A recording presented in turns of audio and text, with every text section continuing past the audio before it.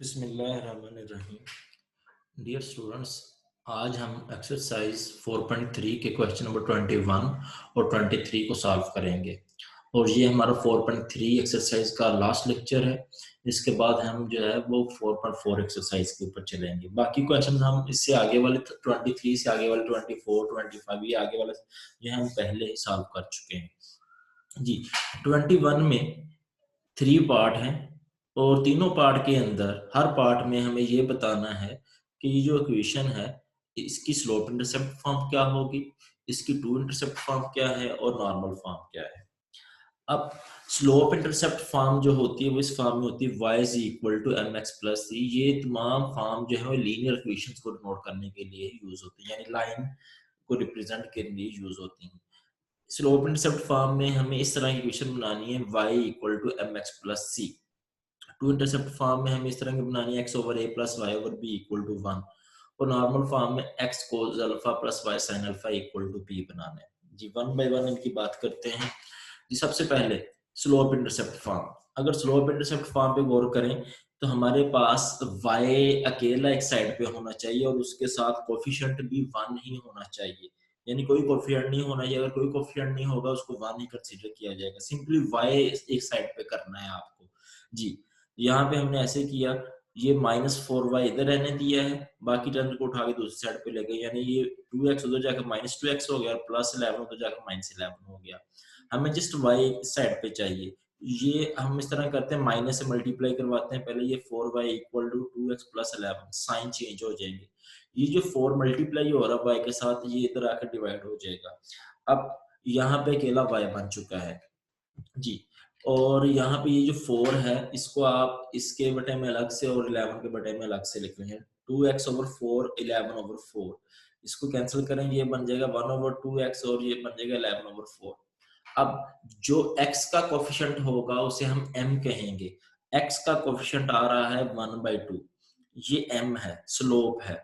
और जो कांस्टेंट आ रहा होगा वो हमारे पास y इंटरसेप्ट कहलाता है, c कहलाता है। तो c की वैल्यू हमारे पास आ रही है +11/4। साइन का ख्याल भी करना है, अगर ये -11/4 होता तो c की वैल्यू -11/4 ली जाती, +11/4 ना ली जाती। इस स्लोप इंटरसेप्ट फॉर्म में सिंपली y एक साइड पे करना है, अकेला y हो, ठीक है।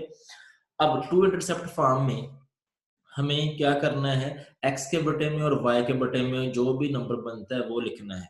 बेसिकली ये जो इसके बटे x के बटे में जो चीज आ रही है ये x इंटरसेप्ट कहलाएगी और जो y के बटे में आ रही है वो y इंटरसेप्ट कहलाएगी और दरमियान में प्लस होना चाहिए इस केस में, ठीक है। अब यहाँ पे इस केस में +c, ये +c है लेकिन यहाँ पे माइनस भी आ सकता है, वो c की वैल्यू माइनस में काउंट हो जाएगी। लेकिन जब टू इंटरसेप्ट फॉर्म लिख रहे हैं तो ये इसी फॉर्म में होना चाहिए, x ओवर a फिर प्लस होना चाहिए, फिर y over b equal to 1 होना चाहिए, ये भी लाजमी इक्वल टू 1 हो।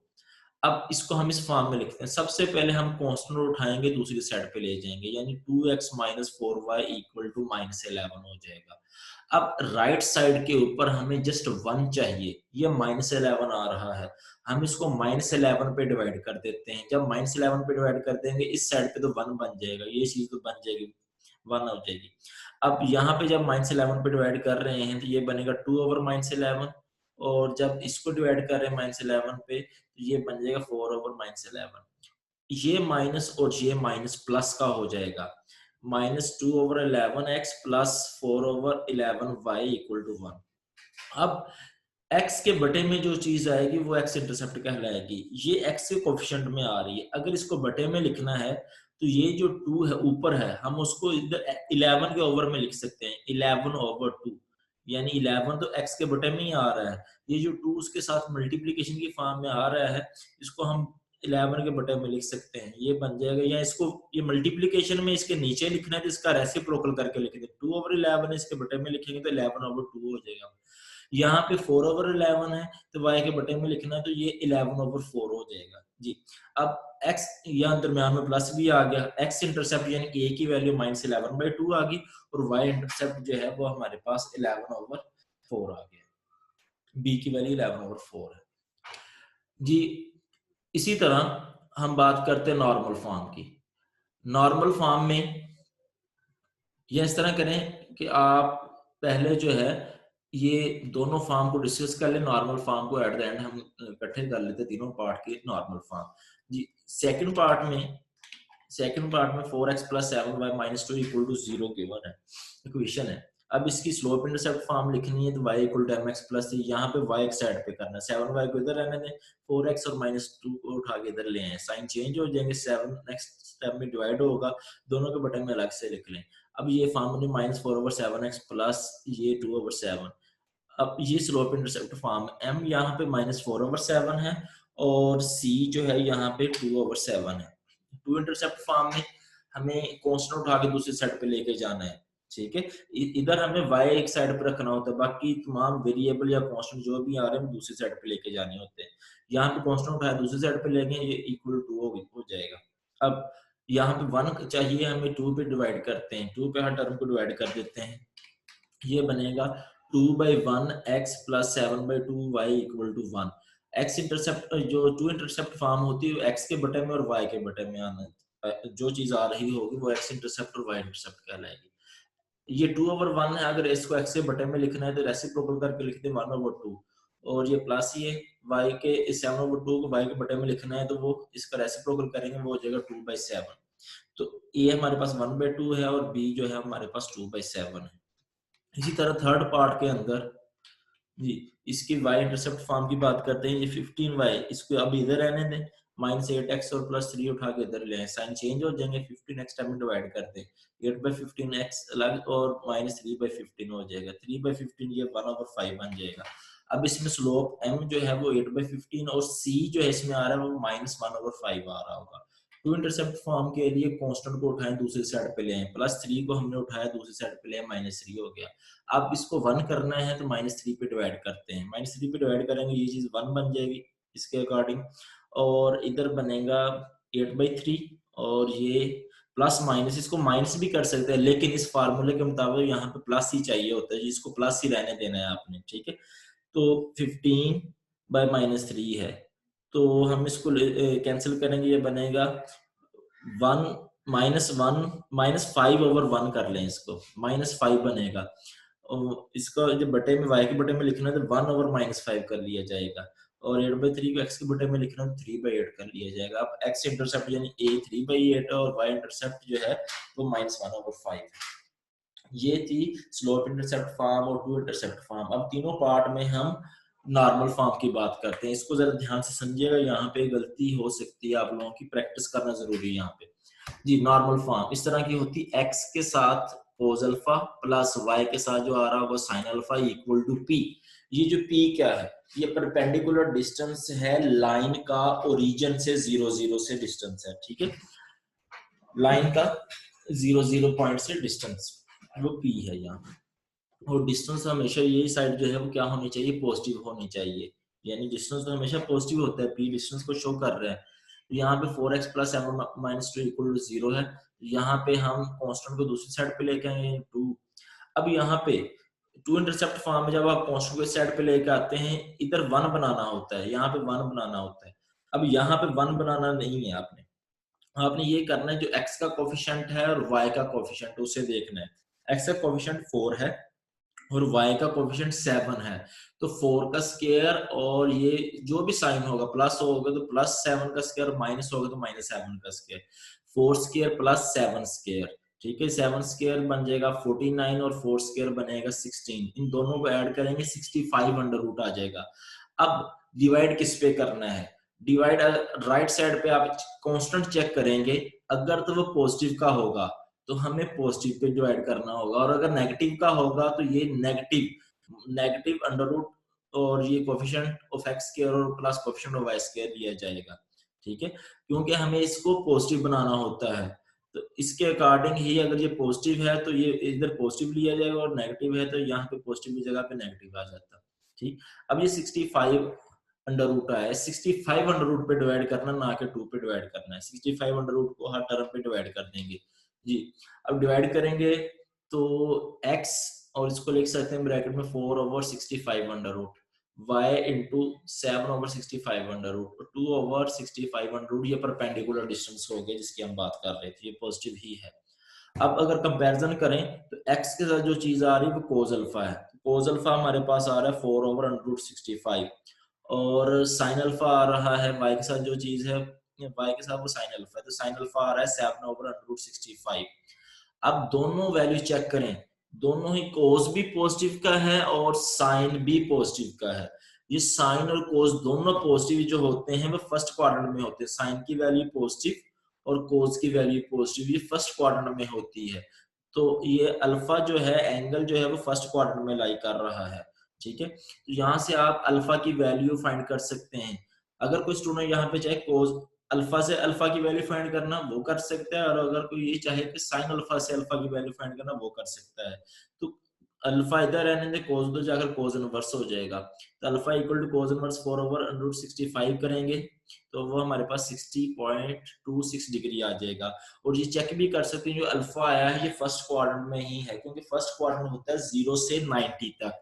तो आप उस फार्मूले में वैल्यू पुट कर सकते हैं, यानी x लिखेंगे फिर कोस लिखेंगे फिर जो हमारे पास एंगल आ गया है 60.26 डिग्री, फिर y plus y sine alpha की जगह पे 60.26 डिग्री इक्वल टू √65। ये दोनों एंगल सेम ही होने हैं। इसी तरह हम बात करते हैं सेकंड पार्ट में नॉर्मल फॉर्म की। जी, तो ये x वाला पहले लिख लिया, y वाले टर्म को बाद में लिख लिया, -8x + 15y + 3 उधर लेके गए तो ये -3 हो जाएगा। अब -3 है तो यहाँ पे डिवाइड जब हमने करना है तो कोफिशिएंट ऑफ x स्क्वायर यानी -8 का square plus coefficient of y 15 square, -8 square + 64, 15 square plus जो है वो 225 बनेगा। दोनों को ऐड करें 289, उसका अंडर लेंगे 17। अब इसकी राइट साइड पे माइनस आ रहा है, ठीक है, तो हमें इधर अंडर रूट के साथ भी माइनस लगा के जो है इस पे डिवाइड करना है ताकि ये साइड पॉजिटिव हो जाए, राइट साइड को पॉजिटिव करना है हमें। जी, -17 हर टर्म पे अलग से डिवाइड कर दें। अब ये प्लस माइनस माइनस प्लस, ये 3/17 ये प्लस का हो गया।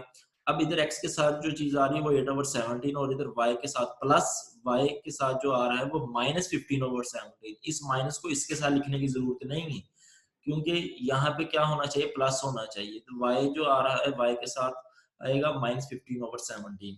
तो कंपैरिजन कर लें इसका और इसका, कोस अल्फा जो है वो इक्वल होगा 8/17 के और साइन अल्फा इक्वल होगा -15/17 के। अब यहाँ पे चेक करें अल्फा किस क्वाड्रेंट में लाई करेगा।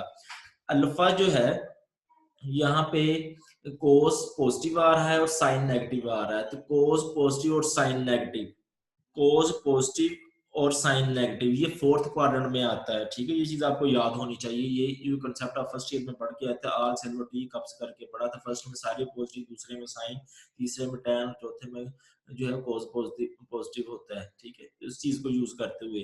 तो अल्फा जो है जिसमें कोस नेगेटिव और साइन पॉजिटिव होता है वो फोर्थ क्वाड्रेंट में है। अब वैल्यू फोर्थ क्वाड्रेंट में आनी चाहिए, ठीक है। अब यहाँ से आप कोस से वैल्यू निकालना चाहें उससे निकाल लें, साइन से निकालना चाहें तो साइन से निकाल लें, कोई इशू नहीं है, ठीक है। अब यहाँ पे हम वैल्यू निकालते हैं कोस अल्फा से। अल्फा इधर रहने दे, कोस उधर जाए, कोस इनवर्स हो जाएगा। अल्फा की वैल्यू आ गई 61.93 डिग्री, लेकिन यहाँ पे अल्फा तो लाई करना चाहिए तो फोर्थ क्वाड्रेंट में according to this condition. Alpha ये फर्स्ट क्वाड्रेंट में आ रहा है, हमें फोर्थ क्वाड्रेंट में आंसर देना है। अगर फोर्थ क्वाड्रेंट में आंसर देना है तो 360 में से माइनस करेंगे। अगर सेकंड क्वाड्रेंट में आंसर देना हो तो अगर सेकंड क्वाड्रेंट में ना आ रहा हो तो 180 में से माइनस करेंगे। अगर तो ऑलरेडी उसमें आ गया फिर तो कोई इशू नहीं है। अब ये आप 360 डिग्री में से माइनस करेंगे, जब माइनस करेंगे इस एंगल को वो है 298.07 डिग्री। अब ये एंगल जो है वो फोर्थ क्वाड्रेंट में ही लाई कर रहा है। अब इस फार्मूले में जो है हम अल्फा की वैल्यू 298.07 डिग्री पुट कर देंगे, ठीक हो गया। इसी तरह हम बात करते हैं ये थर्ड सेकंड, ये सेकंड था जी। फर्स्ट की बात करते हैं, फर्स्ट में अभी नॉर्मल फॉर्म हमने नहीं देखी जी। ये है, इसमें सबसे पहले +11 कांस्टेंट उठा के उस साइड पे लेके जब -11 हो जाएगा, कोएफिशिएंट ऑफ x स्क्वायर और कोएफिशिएंट ऑफ y स्क्वायर वो 2 स्क्वायर प्लस -4 का स्क्वायर, ये 4 square 16, 2 square 4, 16 plus 4 20 under root बनेगा। अब इसके साथ प्लस लगाएंगे माइनस लगाएं, यहाँ पे राइट साइड पे देखें माइनस आ रहा है तो अब यहाँ पे माइनस लगा के हर टर्म के ऊपर डिवाइड करेंगे, यानी -√20 पे हर टर्म को डिवाइड कर दिया जी। तो ये 20 को हम लिखते हैं 4 टाइम 5, 4 का अंडर रूट 2 हो जाएगा, 5 अंडर रूट में रहेगा, यानी 2 अंडर रूट 5, 2 अंडर रूट 5 और 2 अंडर रूट 5 हो जाएगा। 2 2 से कैंसिल, ये 2 2 टाइम 4 हो जाएगा, यहाँ पे x के साथ आ रहा होगा -1/√5 और यहाँ पे y के साथ आ रहा होगा 2/√5 और ये 11/2/5। ये परपेंडिकुलर डिस्टेंस है फ्रॉम ओरिजिन। अब cos अल्फा हमारे पास आ रहा है -1/√5, sin अल्फा आ रहा है 2/√5। अब ये चेक करना ये किस में आता है, cos की वैल्यू नेगेटिव और sin की वैल्यू पॉजिटिव। cos की वैल्यू नेगेटिव और sin की पॉजिटिव, ये सेकंड क्वाड्रेंट बन रहा है। तो अल्फा किस में आना चाहिए, सेकंड क्वाड्रेंट में आना चाहिए। यहाँ से हम cos अल्फा की वैल्यू से जो है अल्फा की वैल्यू फाइंड करते हैं। cos alpha equal to -1/√5, alpha इधर रहने दें, cos उधर जाकर cos इनवर्स हो जाएगा। जब आप इसका cos इनवर्स लेंगे तो हमें वैल्यू ही 116.57 डिग्री मिलेगी और ये अल्फा है, ये सेकंड में ही लाई कर रहा है। ठीक है, हमें किसी चीज से माइनस करने की जरूरत नहीं है। तो अल्फा, अब इस फार्मूले में हम अल्फा की वैल्यू पुट कर देंगे। x cos अल्फा की वैल्यू जो 116 पॉइंट आ रही है और y sin अल्फा की वैल्यू जो आ रही है p, हमारे पास परपेंडिकुलर डिस्टेंस 11/2/5 आ रहा है। ये तीनों क्वेश्चंस जो है क्वेश्चन नंबर 21 के तीनों पार्ट सॉल्व हो चुके हैं। अब बात करते हैं क्वेश्चन नंबर 23 की। अब नॉर्मल फॉर्म जो है उसने एग्जाम्पल में भी दी हुई है, तो उस एग्जाम्पल को आप खुद देख लीजिएगा। क्वेश्चन नंबर 23 के रिलेटेड भी एक एग्जाम्पल है, वो भी आप जो है खुद कर सकेंगे। मैं यहाँ पे जो मौजूद तीनों पार्ट हैं उनको डिस्कस कर लेता हूँ। अब इस क्वेश्चन में ये पूछा गया है कि डिस्टेंस निकालना है टू पैरेलल लाइंस। ये लाइन और ये लाइन, ये दो लाइनें दी हुई हैं, ये दोनों लाइनें ही पैरेलल हैं। ठीक है, तो इन दोनों पैरेलल लाइंस के दरमियान आपने डिस्टेंस निकालना है। आप कहीं पे भी उस पे डिस्टेंस निकालेंगे तो वो डिस्टेंस हमेशा क्या रहेगा, पैरेलल लाइन का सेम ही रहेगा। हमें इन दोनों लाइन का डिस्टेंस निकालना है, पहली चीज। दूसरी चीज, हमें इन दोनों लाइनों के दरमियान एक लाइन फाइंड करनी जो इन दोनों के मिड में आती हो और वो लाइन भी पैरेलल होगी। वो इन दोनों लाइनों के क्या होगी, पैरेलल होगी, यानी वो इनके दरमियान हो। हमें दो चीजें फाइंड करनी है, इन दोनों लाइनों का डिस्टेंस, दूसरा ये इन दोनों लाइनों के दरमियान एक तीसरी लाइन जो कि इन दोनों के पैरेलल होगी। अब बात करते हैं इनकी। अब इनको नॉर्मल फॉर्म से भी क्वेश्चन को अटेम्प्ट किया जा सकता है, जिस अंदाज से आपको इजी लगे आपने वो मेथड जो है वो अडॉप्ट करना है। मैं आपको जो है नॉर्मल फॉर्म की बजाय बल्कि टू इंटरसेप्ट फॉर्म वो यूज करके समझाने जा रहा हूँ जी। ये लाइन 1 है और ये लाइन 2 है ए पार्ट के लिए।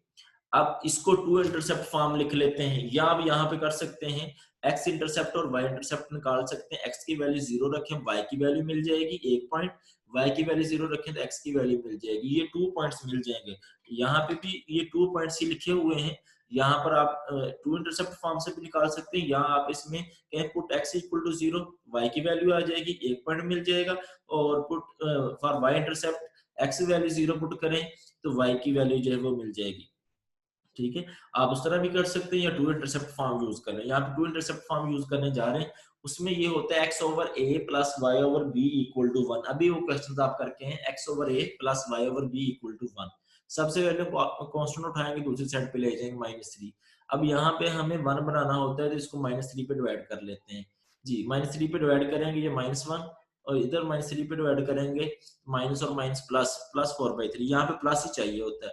अब x के साथ -1 आ रहा है, इसको x के बटे में लिखना है। इसको लिखा है -1 ओवर 1, तो बटे में आके वो रेसिप्रोकल हो जाएगा, वो भी -1 ओवर 1 ही रहेगा।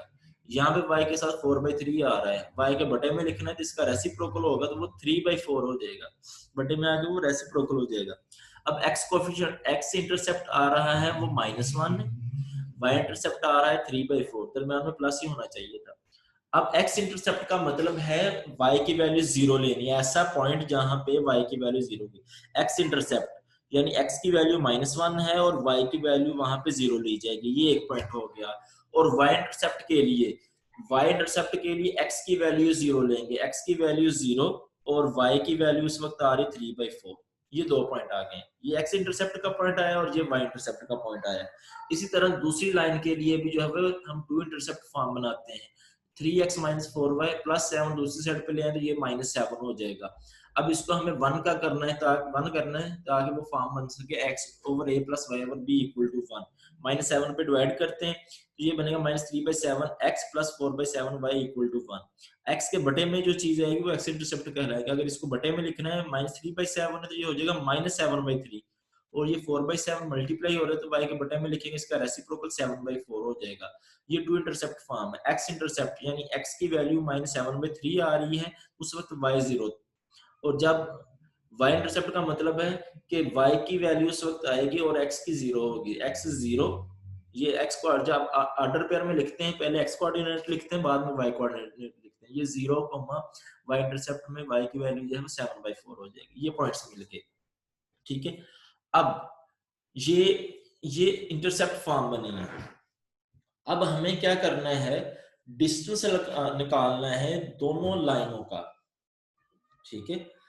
अब अगर हम इस तरह करें कि एक पॉइंट और इस लाइन के ऊपर पॉइंट, इस लाइन का पॉइंट यूज कर लें और ये लाइन यूज कर लें, यानी कि इस लाइन के ऊपर पॉइंट का इस लाइन से डिस्टेंस, जो कि हम लास्ट क्वेश्चन 30 करके आए हैं पिछले लेक्चर में, कि एक पॉइंट का लाइन से डिस्टेंस।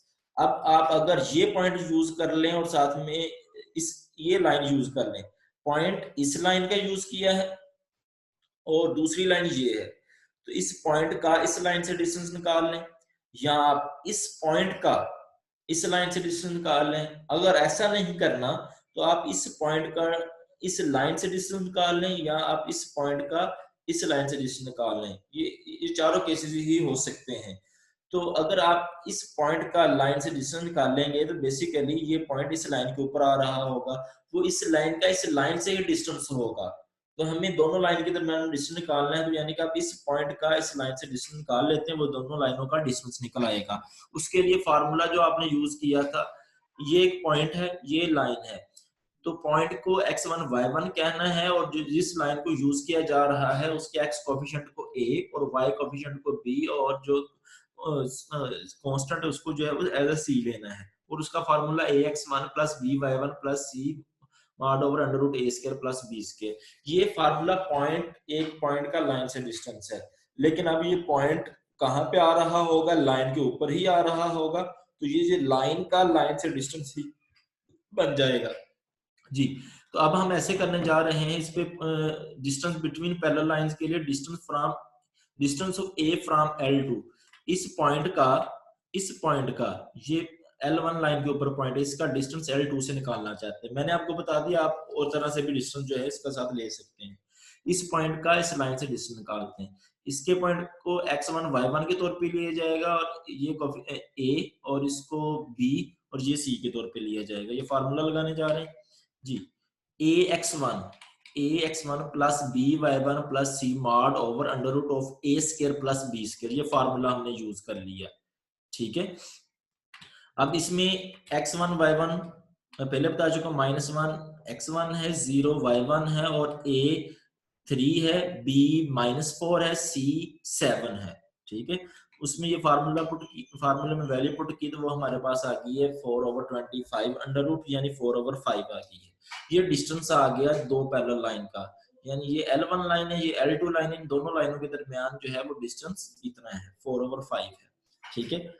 अब हमें क्या करना है, दूसरी चीज जो फाइंड करनी है, इन दोनों लाइनों के दरमियान एक तीसरी लाइन फाइंड करनी है, ठीक है, और वो इन दोनों लाइनों के मिड में होगी। जितना फासला इस लाइन से उस लाइन का होगा, उतना फासला इस लाइन का उस लाइन से होगा, ठीक है। ये दोनों लाइन पैरेलल है, तीसरी लाइन इनके मिड में जो आनी है वो भी उसने कहा है पैरेलल लाइन होनी चाहिए। अब जो लाइन फाइंड करना चाहते हैं उस लाइन के लिए एक पॉइंट का पता होना चाहिए और उस लाइन की स्लोप का पता होना चाहिए। हमें उस लाइन की स्लोप का तो आसानी से पता चल जाएगा, जो इस लाइन की स्लोप होनी है वही स्लोप इस लाइन की होनी है, और जो इन दोनों लाइनों के मिड में आएगी, क्योंकि बेसिकली ये तीनों लाइनें पैरेलल हैं, तो जो आप लाइन निकालना चाहते हैं उसकी स्लोप भी जो इन दोनों की होगी वही स्लोप उनकी होगी। तो आप तो एक स्लोप तो उनकी आसानी से निकाल लेंगे। दूसरा कि उस जो आप लाइन फाइंड करना चाहते हैं उस लाइन के ऊपर कोई पॉइंट फाइंड करना होगा, तो उसके लिए आप वो पॉइंट फाइंड करना चाहते हैं तो उसके लिए आप यहाँ पे जो एक्स इंटरसेप्ट निकालना है और जो यहाँ पे एक्स इंटरसेप्ट निकालना है, उन दोनों का मिड पॉइंट ले सकते हैं। ए और सी, ये दोनों एक्स इंटरसेप्ट हैं, ए और सी। ऐसा नहीं है कि इसका एक्स इंटरसेप्ट ले और इसका वाई इंटरसेप्ट ले, ऐसा नहीं होगा।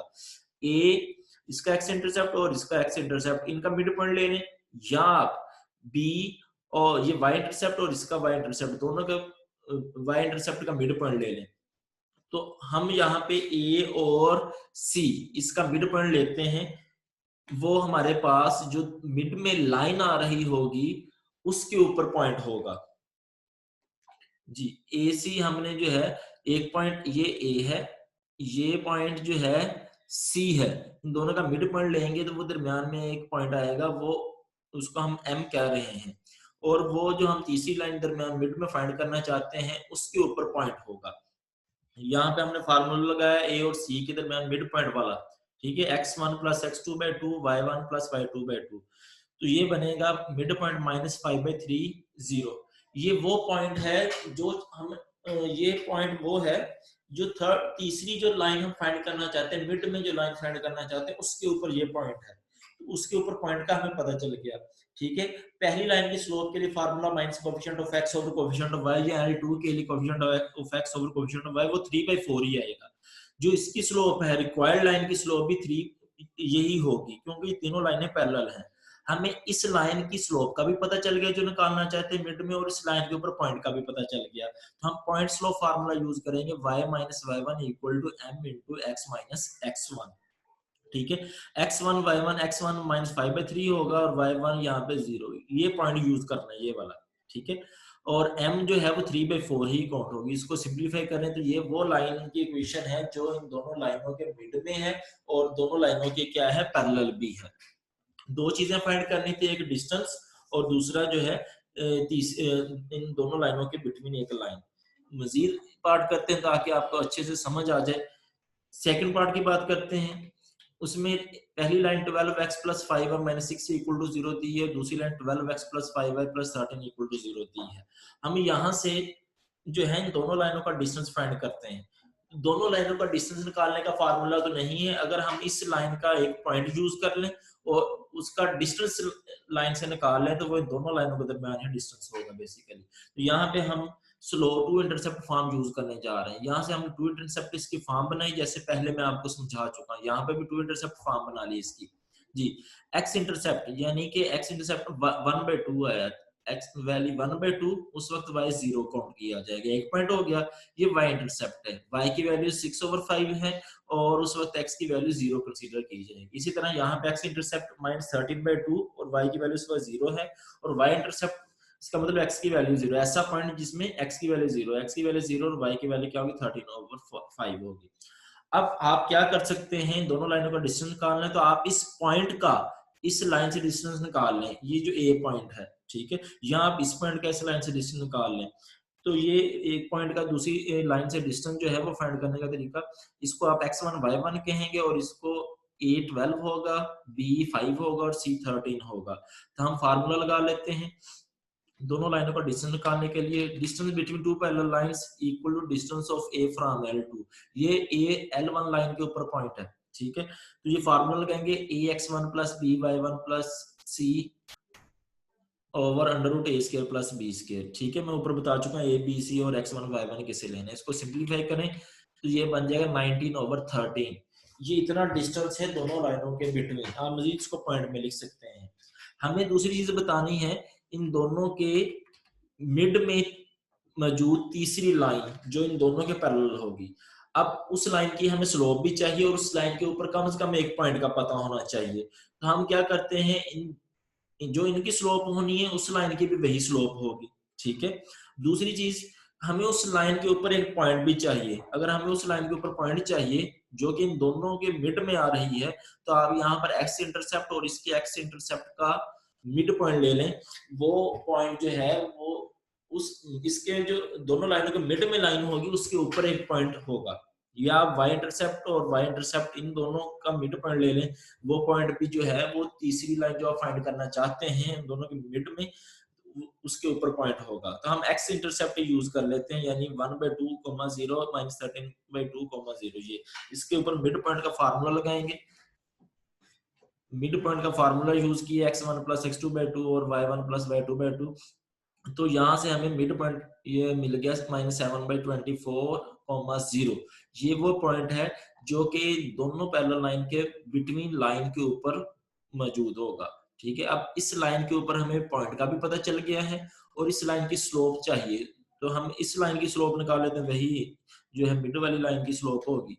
तो minus coefficient of x over coefficient of y इस लाइन के ऊपर लगा लें, minus coefficient of x over coefficient of y यहाँ से निकालने सेम आएगी। ठीक है,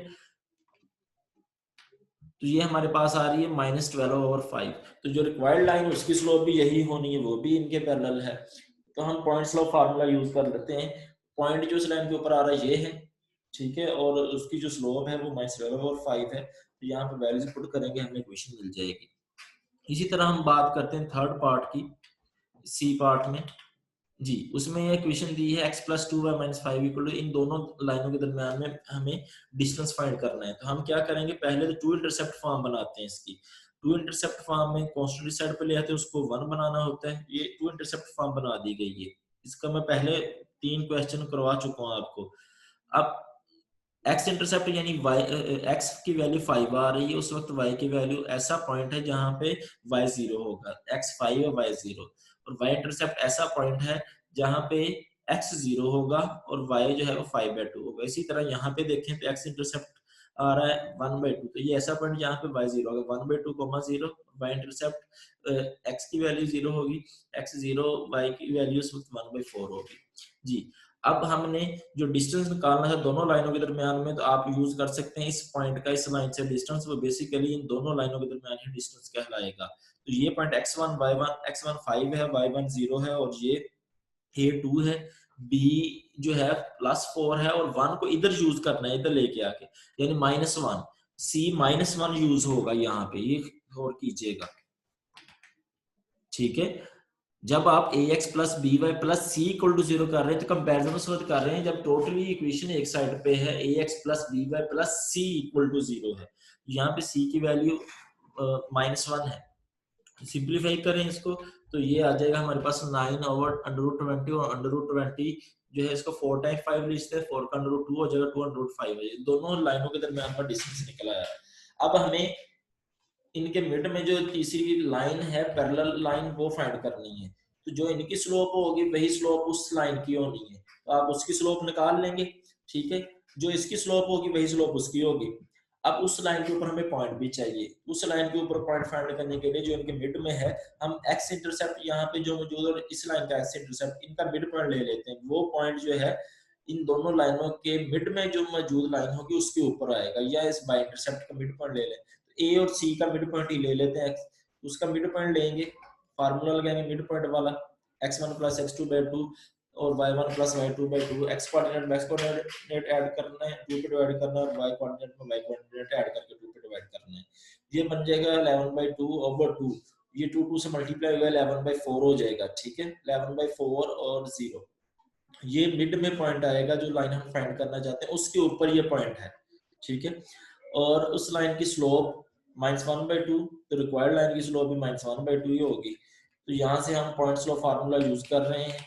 इसमें ये पॉइंट x1 y1 के तौर पे यूज होगा और m की जगह पे -1/2। उसको सिंप्लीफाई करें तो हमारे पास इक्वेशन आ जाएगी 4x + 8y - 11 = 0।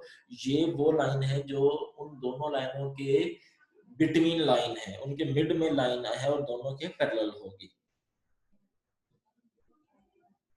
और बेटा इन क्वेश्चंस की प्रैक्टिस अच्छे से कीजिएगा।